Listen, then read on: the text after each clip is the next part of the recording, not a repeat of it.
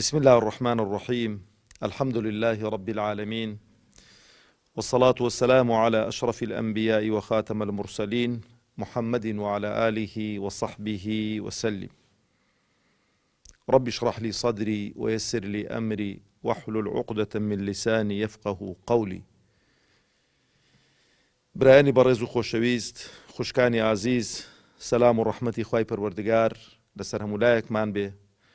خوای پەروەردگار بەرچاوڕوونمان بکاتن، عاقبەت خێرمان بکات، سەربەرز و سەرفرازی دنیا و قیامەتمان بکات ئینشاء الله تعالی. پێم خۆشە لە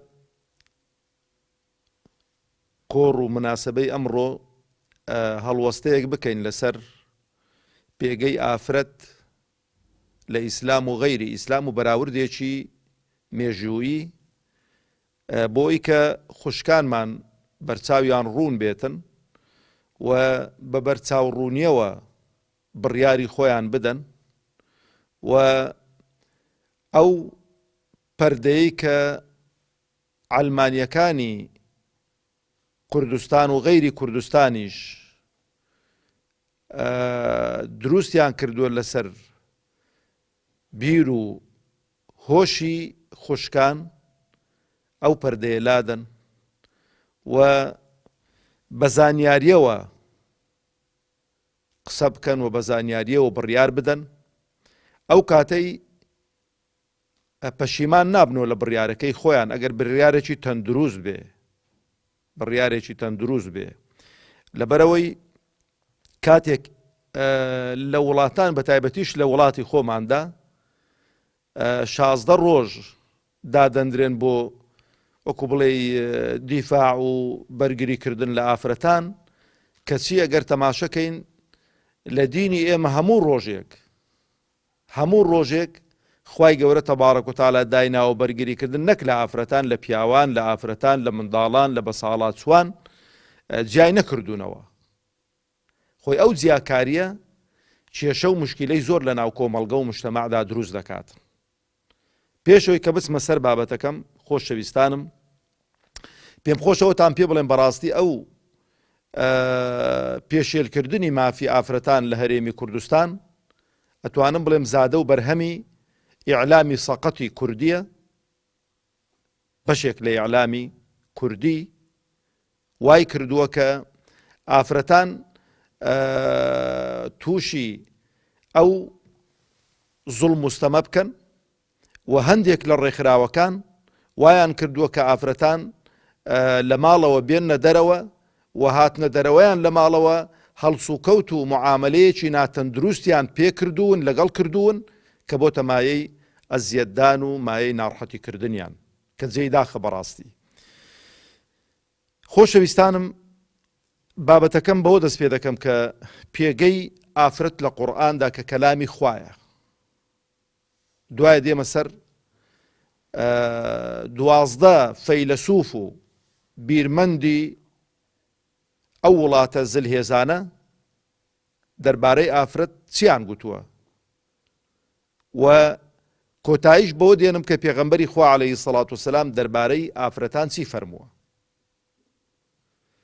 جارێ ئەومان لەبەرچاو بێ خوا تەبارەک و تەعالا کە خاڵقی کەون و کائیناتە، کە خاڵقی ئێمەیە، بەدیهێنەری ئێمەیە، لە هەموو فەیلسوف و بیرمەند و زانا و پرۆفیسۆر و ئەوانە چاکتر و باشتر ناخی عەبد و بەندەکانی خۆی دەنازێت و زانیوێتی و دەشزانێتن و دەشزانێت چ شتێک بە کەلکی عەبد و بەندەکانی دێ لە پیاوان و لە ئافرەتان.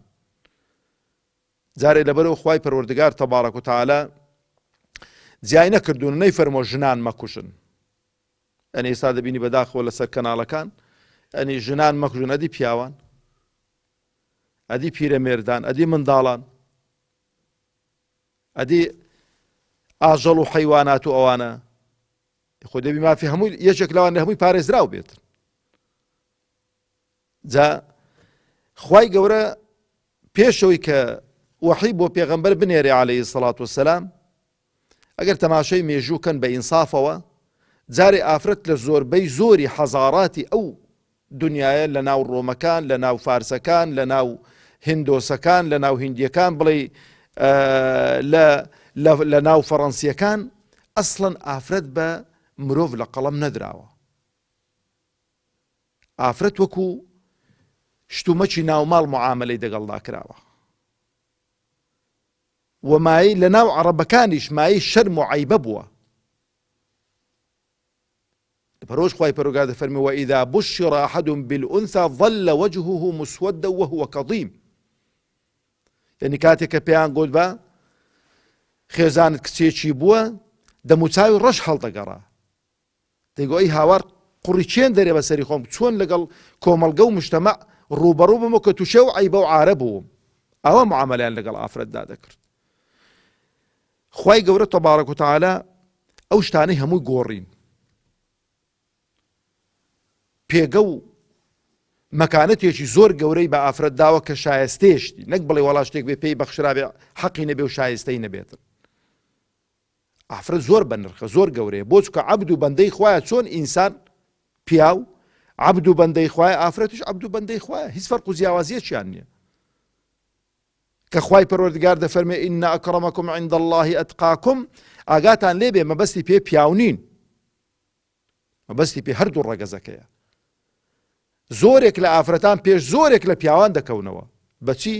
بەوەی ناکە ئافرەتن، کە ژنن، کە کچن، نە، بەوەی کە چۆن عەبدایەتی و بەندایەتیان بۆ خوا ئەنجام داوە، چۆن بۆ خوا سوڵحاون. ئەو زۆر گرنگە ئینسان ئاگای لەو خاڵە بێتن. جارێ بۆی کە ئەو مەفهومە سەقەتە ڕاست کاتەوە خوای پەروەردگار لە ناو سەرگۆی زەوی، چونکە ئەو دینە بەس بۆ جەزیرەی عەرەبی نەهاتووە، ئەو دینە بۆ هەموو دنیا هاتووە، کۆتایی دینیشە، کۆتایی پەیامیشە. دەوێت ئەو تێڕوانینە ڕاست کاتەوە.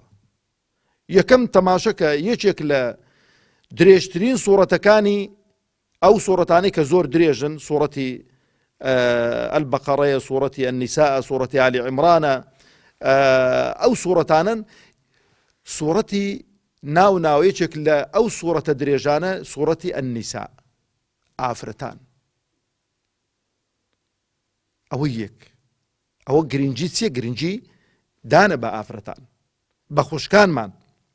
ئەوجا سوورەتێکی دیکەی ناوناوە سوورەتی مەریەم، بەناوی یەکێک لە ئافرەتە ساڵح و بۆ خوا سوڵحاوەکان کە دایکی عیسایە عەلەیهی سەڵات وەسسەلام.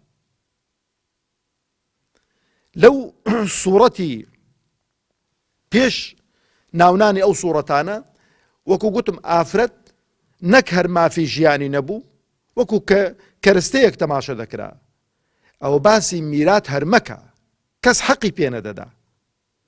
خوای پەروەردگار هاتووە دەستەبەرکردنی مافەکانی ئافرەتی لە قورئاندا دەستەبەر کردووە، وەکو قورئان و وەکو ئایەت، حتا ڕۆژی قیامەت کە خوای پەروەردگار پێش قیامەت قورئانەکەی بەرز دەکاتەوە، ئەو ئایەتانە دەخوێندرێنەوە، بۆی کە ئافرەتان مافی خۆیان بزانن، حەقی مادی خۆیان بزانن لە دوای مردنی دایک و باوکیان. قەزیەی میراتی یەکلا کردوتەوە خوای پەروەردگار تەبارەک و تەعالا. بەس خەڵکێکی جاهیل و نەخوێندەوار و نەفام هەیە، دەڵێ بۆ دەبێ کوڕ دوو هەندی ئافرەت ببا و حاڵەتێکە. ئەوە نەزانی و دووری تۆیە لە قورئان و لە سونەتی پێغەمبەری خوا عەلەیهی سەلام، کە تۆ ناخوێنیەوە و نازانی خەلەلەکە لە فکر و بیر و بۆچوون و لە عەقڵی تۆدایە. دەنا لە چەند شوێنە ئافرەتان زیاتر دەبن لە پیاوان، یعنی بە مطلقی نییە ئەوە. لەبەرەوە خوای پەروەردگار میراتی بە تەمای پێغەمبەرانیش لێ نەگەڕاوە عەلەیهیمو سەڵات وەسسەلام، بۆ خۆی بەشی بۆ داناون، حسەی بۆ داناون. زاتووەرە بە ئینسانیان نەزانی و بە بەشەریان نەزانیوە، خوای گەورە سوورەتی بەناو کردوون و سوورەتێکی بەناو هەموو ئافرەتان کردو، بۆی کەس گلەی نەکا بۆ بەناوی مەریەمت کردو، بۆ بەناوی عایشەت نەکردو، سوورەتێ نیسا هەرچی نیسا بێ ئەو سوورەتە بەناوی ئەوە. ئەوجا خوای پەروەردگار تەبارەک و تەعالا هاتووە تەداخلی کێشەی چارەسەرکردنی کێشەی هاوسەرانی کردووە. تەداخولەکە بۆ چارەسەری کێشە و مشکیلانە. پیاوانی نسحەت و ئامۆژگاری کردوون ئەگەر کێشەیەک لەگەڵ خێزانەکانتان بوو چۆن چارەسەری دەکەن، چۆن هەڵس و کەوت دەکەن بۆی زوڵم لەو ئافرەتەی نەکرێتن. وەرە ئێستا بینە بەر چاوی خۆت، وەلله المەثل الأعلى، کێشەیەکی هاوسەریت هەبێ لەگەڵ خێزانەکەت، تەلەفۆن بۆ سەرۆکی هەرێم بکەی، تەلەفۆن بۆ سەرۆکی حکومەت بکەی، بڵێ بەڕێ سەرۆکی هەرێم، بەڕێ سەرۆکی حکومەت، کێشەیەکی هاوسەر گیریم هەیە لەگەڵ خێزانم، هاوسەریم هەیە لەگەڵ خێزانم، ئەگەر مۆڵەتێکم بۆ دانەی دێم کێشەکەمان بۆ چارەسەرکە، چت پێ دەڵێت؟ نەک وەڵامت ناداتەوە، نەک هەر لێرە، لە هەموو دنیا وایە. کاکە کەی ئیشی منە؟ خوای پەروەردگار بە ئیشی خۆی زانیوە کە کێشەی هاوسەران چارەسەرکە، بە تایبەتی بۆ زوڵم لە ئافرەتان نەکرێتن. ڕێگاکەشی پیشان داون، نسحەتیان کەن، ئامۆژگاریان کەن، جێیان لێ جیاوازکەنەوە، خۆڕاگرن لە قسان بەس لە ماڵەوە. دەی ئەو جارەی کە ئەوە نەبوو، پیاوێکی عاقڵ لە خزموکەسی و ئافرەتەی پیاوێکی عاقڵ لە خزموکەسی و پیاوی وەرن دانیشن ئەو دوو هاوسەرە پێکەوە کێشە و مشکلەکانی خۆ گلەیەکانی خۆیان بەیان کەن. بزانن حەق لە لای چێ بۆی کە کێشیان لە مابەینی دانەمێنێ، ئەو ماڵە تێک نەچێتن. ئەو جا خۆشەویستانی خۆم، تەماشەکەن خوای پەروەردگار تەبارەک و تەعالە لە سەرووی هەموو ئاسمانەکان و تەداخولی کێشەی ئافرەتێک دەکاتن. یەکێک لە سەحابیات ڕەزا و ڕەحمەتی خوای لەسەر بێ کە پیر دەبێتن، مێردەکەی دەیوێت دەری کات و لێی جیابێتەوە و دەیشوبهێنیتن بە دایکی خۆی، پشتت وەکو پشتی دایکمە لە سەردەمی ئەو قسانە مەشهور بوون، ڵیهاری پێگوتراوە، ڵیهاریشیان بە تەلاق و بە لێکجیابوونەوە لە قەڵەم داوە. ئەو کاتەی نابووە کەسێک کە خێزانی بشوبهێنێ بە خوشتی بە داچی بچێتەوە لای، هاتۆتە لای پێغەمبەری خوا عەلەیهی سەڵات وەسەلام. دایکی ئیمانداران عائیشە ڕەزا و ڕەحمەتی خوای لەسەر بێ دەفەرمێ لە قوڕنەیەکی ماڵەوە لەگەڵ پێغەمبەر دانیشت بوو عەلەیهی سەڵات وەسەلام، کێشەکانی خۆی باز دەکرد بۆ پێغەمبەری خوا عەلەیهی سەڵات وەسەلام. ئەی پێغەمبەری خوا، گەنج بووم، گەنجایەتی منی هەموو برد، منداڵ کۆمەڵە منداڵێکم هەن، ئێستا کە گەنجایەتیم نەماوە کە پیر بووم دەیوێ وە دەرێمنێ لە ماڵەوە. ئەو ڵیهارەش پێغەمبەری خوا عەلەیهی سەڵات وەسەلام حوکمەکەی بۆ نەهاتۆتە خوارەوە. خۆشەویستانم، خوای پەروەردگار تەبارەک و تەعالە لە سەرووی هەموو ئاسمانەکانەوە بۆ خۆی تەداخل دەکات. قەد سەمیع الله قەوڵ الەتی توجادیلوکە فی زەوجها وتەشتەکی ئیلە الله والله یەسمع تەحاورەکما. خوای گەورە بیسەری قسەکانی تۆیە خەولە لەگەڵ چێ؟ لەگەڵ پێغەمبەری خوا عەلەیهی سەڵات وەسەلام.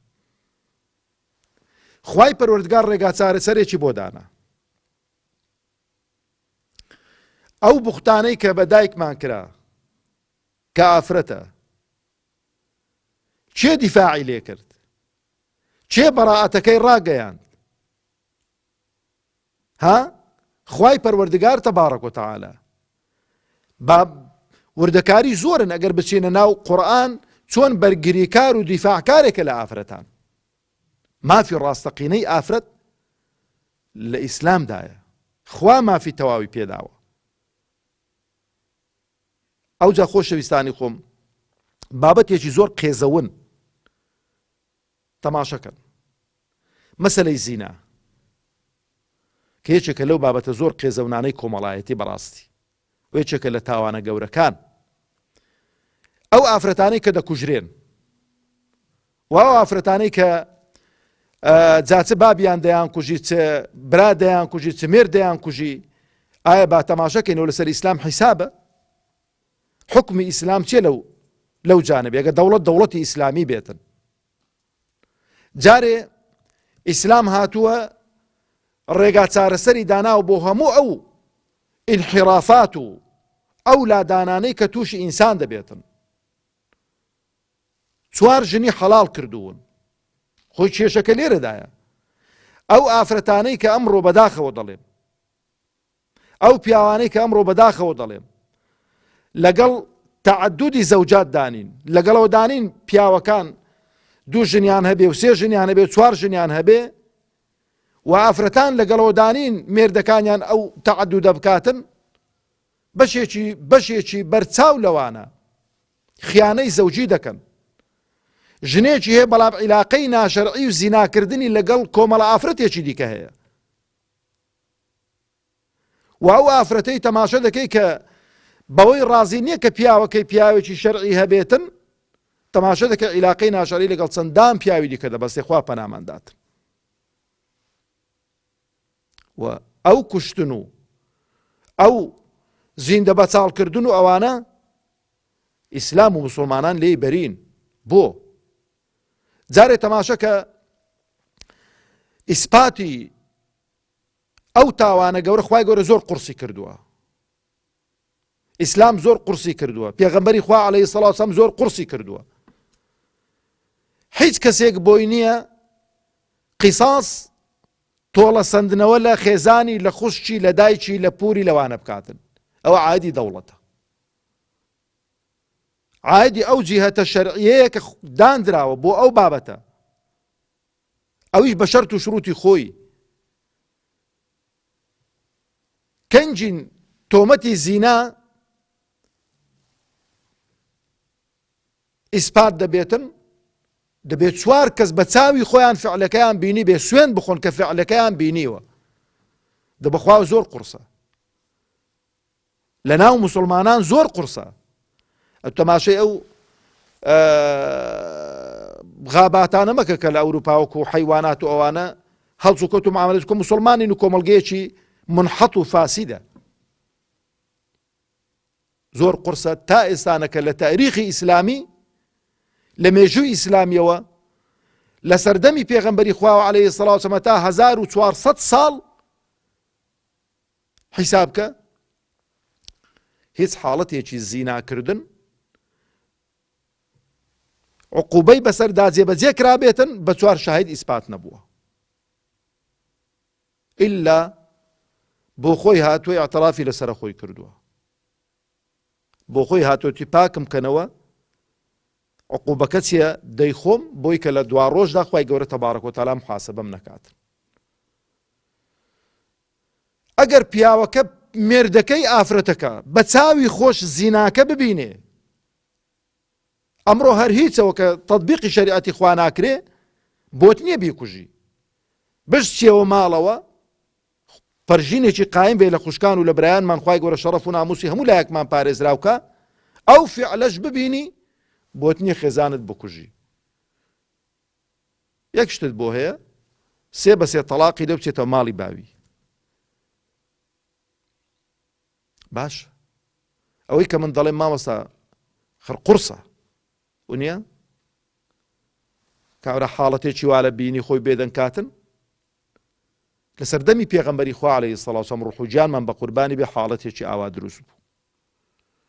کابرایەک چۆلای پێغەمبەری خوا فەرمووی پێغەمبەری خوا حاڵەتێکی ئاوان بینیوە، کابرایەک لای خێزانم بوو.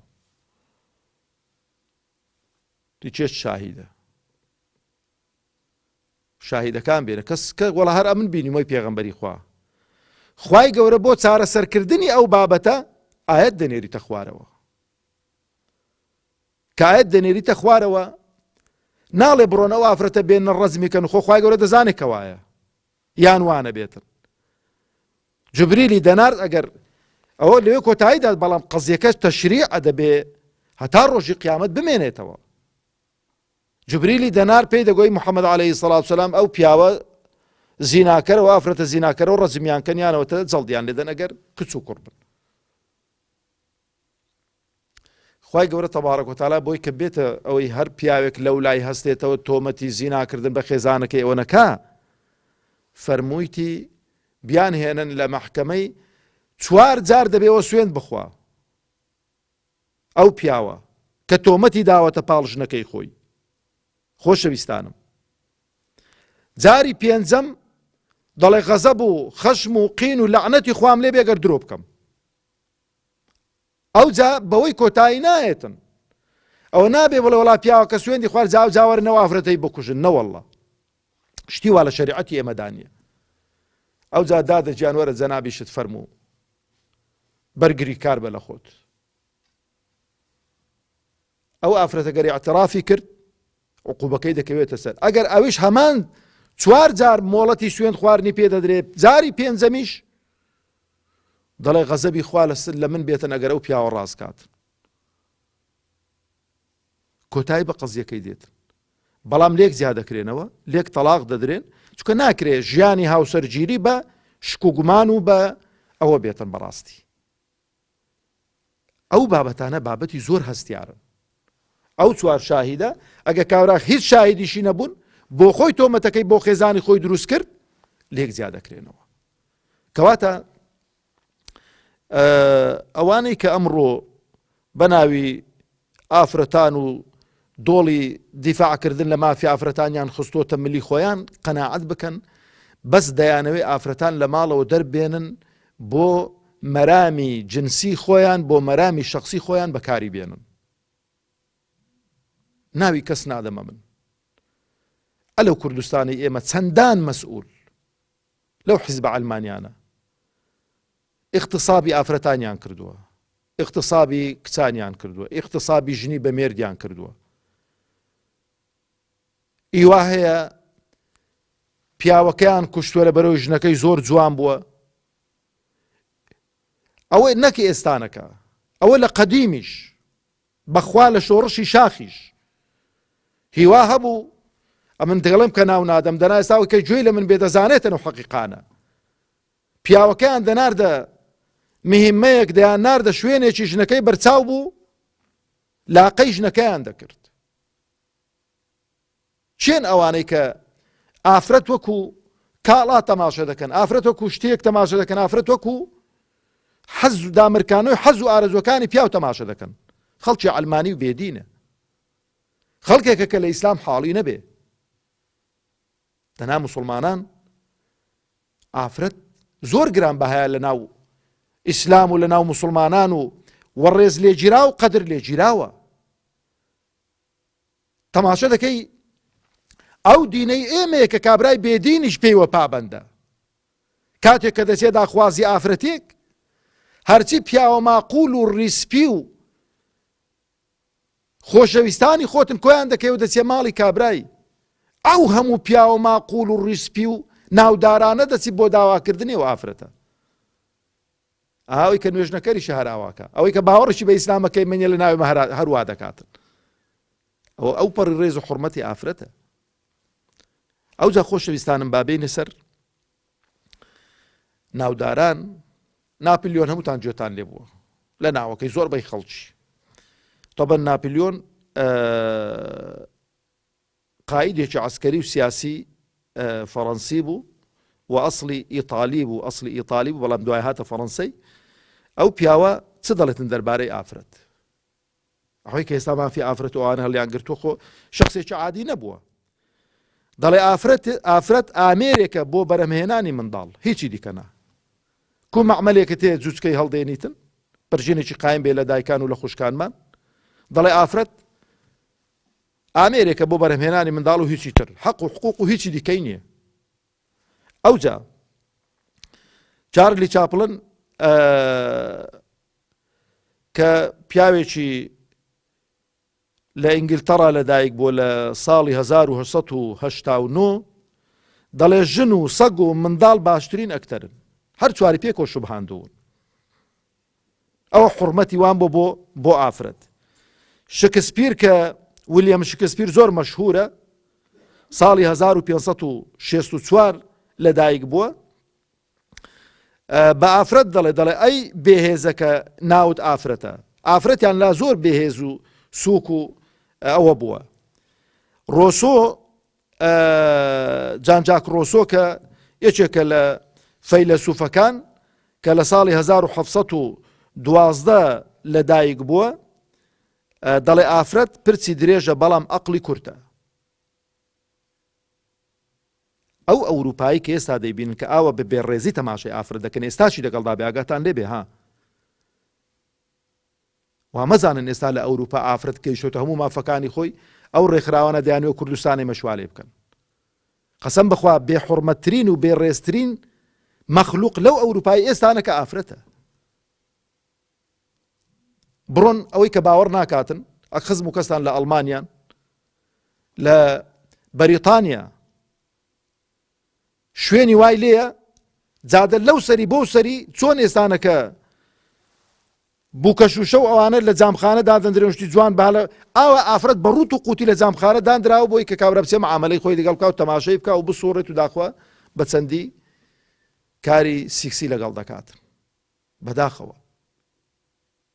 ئەوە لەژێر تەئسیری ئەو فەیلسوفانن ئەو بیرمەند و هۆشمەندانن ئەوە تەماشای ئافرەتانیان کردو. ئەوانە ڤۆڵتێر دەڵێتن ئافرەت هەڵەیەکی سروشتە، یعنی وەکو بڵێ لە پلانی دەچکاون قەناعەتیان بە خالیق و بە وجودی خالیق و بەوانەیە کو کابرا دەڵێن لە پلێم دەرچوو، ئەوە لە پلان دەرچوو نییە، هەڵەی سروشت نییە، ئەوە خوا خەڵقی کردووە و خوا ڕێزی لێناوە، خوا حورمەتی گرتووە. ئەتوو بۆ خۆت عەیبە پیا و قسەیەک بکا کە بۆ خۆی کوڕی ئافرەتێک بێتن. ئێمە شانازی بە ئافرەتانمانەوە دەکەین، شانازی بە دایک و خوشکانمانەوە دەکەین. هەموو پێغەمبەران عەلەیهیمو سەڵاتو وەسەلام کوڕی ئافرەتان بوون. پێغەمبەران عەلەیهیمو سەڵاتو وەسەلام ئافرەتەکان پاڵپشتی باش بوون بۆیان. ئەو دەڵێ هەڵەی سروشتە دروست کراوە بۆچی؟ بۆ داخوازیەکانی پیاو. لەبەرەوەش ئێستا تەماشەکە لە ئەوروپا بەس ئافرەتیان بۆ ئەوی قەبوولە بۆ دامرکاندنەوەی حەز و ئارەزوەکانی پیا و هیچی تر. لەبەرەوە ڕۆژانە بڕۆ سەر سایتەکان ڕۆژانە بە هەزاران ئافرەت ئیغتیساب دەکرێت لە وڵاتانە. دەیانوێ ئەو وڵاتی ئێمە شوالێ بکەن. چۆن ئێمە خێر و خۆشی لەخۆ ببینین؟ ئاخر چاویان بەرای نایە، قەناعەتیان نایەت. ئەمە لە خێر و خۆشی دابین لەو عائیلە و خانەوادە و ئەوانە دابین، ئەوانش ئاوا وەکو حەیوانات پەرژینێکی قایم بێ مامەڵە لەگەڵ ئەوانە بکەن، چونکە لەوێن دەرێ خانەوادە و کۆمەلگە هەڵوەشاوەتەوە بەڕاستی. ئەوجا بێرنارد شۆ دەڵێ ئافرەت لە یەک کاتدا 77 ڕەئی هەیە. یعنی چی؟ یعنی ئافرەت هیوانیە کە هیچی لێ وەربگری، هیوانیە کە مەسەلەن ڕێزی لێ بنێ، حورمەتی لێ بنێ، ڕەیەکانی جێ هەڵوەستەنین، متەڕەدیدە لە ڕەیەکانی. ئەوجا نیچە دەڵێ ئەگەر چوویە لای ژن دەبێت قامچیت پێ بێتن، کەوەش یەکێکە لە بیرمەندە ئەڵمانیەکان و یەکێکە لە عەمالیقەی فەلسەفە و ئەوانە. ئەو پیاوە لە ئەسڵی لە یۆنان لەدایک بووە، ئەوەیە دەڵێ کە چووی بۆ لای ئافرەت دەبێت قامچیت پێ بێتن، چۆن تەشبیه نەبێ کابرا دەچێتە لای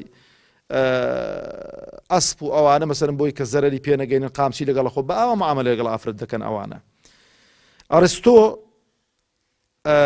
بۆ ئەوەی لە شەڕی ئافرەت دوور بیت هەمیشە قەرزدار بە، بۆ ئەوەی لە شەڕی ئافرەت دوور بیت هەمیشە قەرزدار بە، یانێ ئەگە پارەیەکت پێشک بباتنەوە تووشی بەڵاو موسیبەتت دەکاتن. دایمەن خۆت بە قەرزداری پیشان بدە بۆی کە حەز و ئارەزوەکانی وی ئەوە نەکەی. ئەوجا ئەنتۆنی فرۆید مەشهورە، فرۆید گوێتان لێ بۆ لەو پیاوە کە ئەسڵی جوولەکەیە، دەڵێ شەیطان ئافرەتی قوتدا بەڵام بۆی هەرس نەکرا. لەبەر چی؟ لەبەر پیسی و خراپی ئەو ئافرەتە، یعنی شەیطانیش پێی هەرس نەکراوە ئافرەتە، هەندە خراپە. دانتی دەڵێ ئافرەت و خەیاڵ وەکو یەکن، هەردووک بێمانان. کەوە شاعیرێکی ئیتالیە، پیاوێکی بەناوبانگە، دەڵێ ئافرەت و خەیاڵ وەکو یەکن، هەردووک بێمانان، یعنی هیچ مانایەکیان نییە، بۆ خەڵق کراون، بۆ حوزوریان هەیە، وجودیان هەیە، لێ حاڵی نییە. شۆبنهاوەر دەڵێتن ئافرەتی جوان ژیان لەگەڵی نابوتیە. چونکە ئەوان خەڵکەکە بە دوای چیوە؟ بە دوای حەز دامرکانەوەی حەز و ئارەزوەکانە. یەکابرا ئافرەتێکی جوانی هەبێ قوڕی وەسەری دەبێت. ئەوجا تۆماس فیلەر دەڵێ ئافرەت چەند جوانە ئەوەندە بێعەقڵە. پەرژێرێکی قایم بێ لەو دایک و خوشکانەی خۆمان، ئەوە لەسەر ئافرەتەکانی خۆیان جێبەجێ دەبێت. دەبووە ئەو ئافرەتە ڕۆژ ئاواییانە، ئەوروپیانە، ئەمریکیانە، ئەگەر ئەوانە ئاشنابان بە ئەو فەیلسوف و بیرمەندانەی خۆیان، دەبووە هەمویان موسڵمان ببانە. کە دەی تەماشای پێغەمبەر کە عەلەیهی سەڵات وسەلام. پێغەمبەر چ دەفەرمێ عەلەیهی سەڵات وسەلام دەربارەی ئافرەت؟ دەڵێ دنیا خێر و خۆشیە، گەورەترین خۆشی دنیا ئافرەتێکی چاک. دەتەماشک بەراوردی کە بە قسەی ئەو بیرمەندانە. ئەو جا دەفەرمێ پێغەمبەر عەلەیهی سەڵات وسەلام لە ئافرەتان مەدەن ئەگەر بە گوڵیش بێت، گوڵ نەک بە سیواک. ئێستا خەڵکێک دەڵێ پێغەمبەر فەرمی بە سیواکی دێدەن، ئەسڵ و ئەساسی نییە. پێغەمبەر دەفەرمێ عەلەیهی سەڵات وسەلام لە ئافرەتان مەدەن ئەگەر بە سیواکیش بێ. پێغەمبەر لە ژیانی خۆیدا عەلەیهی سەڵات وسەلام لە هیچ خێزانێکی نەداوە، لە هیچ ئافرەتێکی نەداوە، بەڵکو لە شەڕ و جیهادیشدا پێغەمبەری خوا عەلەیهی سەڵات وسەلام بە هاوڵانی فەرموو ئافرەتان نەکوژن، ئافرەتان مەکوژن. حورمەتی ئافرەتی زۆر گرتووە پێغەمبەری خوا عەلەیهی سەڵات وسەلام. ئەو جا پێغەمبەر عەلەیهی سەڵات وسەلام لە وتاری ماڵ ئاواییدا دەفەرمێ دەنجی پیرۆزی بەرز کردەوە. پێغەمبەر عەلەیهی سەڵات وسەلام فەرمووی ئافرەتان ئەمانەتی پەروەردگارن بۆ ئێوە. تەماشەکە ئەو قسە زۆر گەورەیە. کەسێک ئەمانەتێکت لە کندا دەنێتن، تو ئەو خوای ئەو ئەمانەتە چۆن دەپارێزی؟ ها؟ ئەو ئەمانەتە ئەدەگەر هی خوا بێ، خوا ئەمانەتەکەی لە لای تۆ داناوە، ئافرەتان ئەمانەتی پەروەردگارن لای ئێوە، ئاگاتان لێیان بێتن. ئەو جا پێغەمبەر عەلەیهی سەڵات وسەلام دەفەرمێ کە بەڕاستی بۆ کوڕان نەگوتراوە ئەوە، هەر کەسێک دوو کچ بەڕێزەوە بەخێو بکاتن، پەروەردەیەکی چاچیان بکات، تاشوو دەکەن، ئەوە من زامنی بەهەشتی بۆ دەکەم. لای ئێمە ئافرەتان دەبنە مای چوونە بەهەشتی باوکانیان، براکانیان، مێردەکانیان. چکە ئەو مێردە کچی هەن، کچەکانی پەروەردەکە دەچێتە بەهەشت، برا باوی نەمێنێتن خوشکان پەروەردەکە دەچێتە بەهەشت. بۆ ئێمە نیعمەتن ئافرەتان، جێڕێز و حورمەتن ئافرەتان. ئەو جا دەفەرمێ نەرمونیان بن بەرامبەر شوشەکان. پێغەمبەری عەلەیهی سەڵات وسەلام ڕیفقەن بالقەواریر، ئافرەتی وەکو شوشە تەشبیه کردووە، شوشە چەند ناسکە دەشتێ، ئاگادار بن مەیان شتێنن، دڵیان مەڕەنجێنن. ئەو جا پێغەمبەری خوا عەلەیهی سەڵات وسەلام دەفەرمێ باشترینی کەسەکان لە ئێوە، باشترین پیاوەکان لە ئێوە چێن؟ ئەوانەی کە بۆ خێزانەکانیان باشترینن. با مسابقە بکەین بینە باشترین ئینسان بۆ خێزانەکانمان باشترین بین. ئەو جا دەفەرمێ پێغەمبەری خوا عەلەیهی سەڵات وسەلام ئافرەتان برایانی پیاوانن، شەقائق الڕیجال، جیاواز نین. ئەمن زۆر جار گوتومە، نە پیاوەتی شەڕەفە، نە ئافرەتی شەڕەفە، نە پیاوەتی عەیب و عاریە، نە ئافرەتایەتیش عەیب و عاریە. خوای گەورە ئێمەی خەڵق کردوین وەکو ئینسانێک، وەکو بەنی ئادەمێک، هەندێکی کردوین بە پیا و هەندێکی کردوین بە ژن، بەڵام لەسەر ئەساسی پیاوەتی و ژنایەتی پاداشت وەرناگرینەوە، لەسەر ئەساسی چاچی و باشیمان و پەیوەستبوونمان بە شەریعەتی خوای پەروەردگار تەبارەک و تەعالا پاداشت وەردەگرینەوە.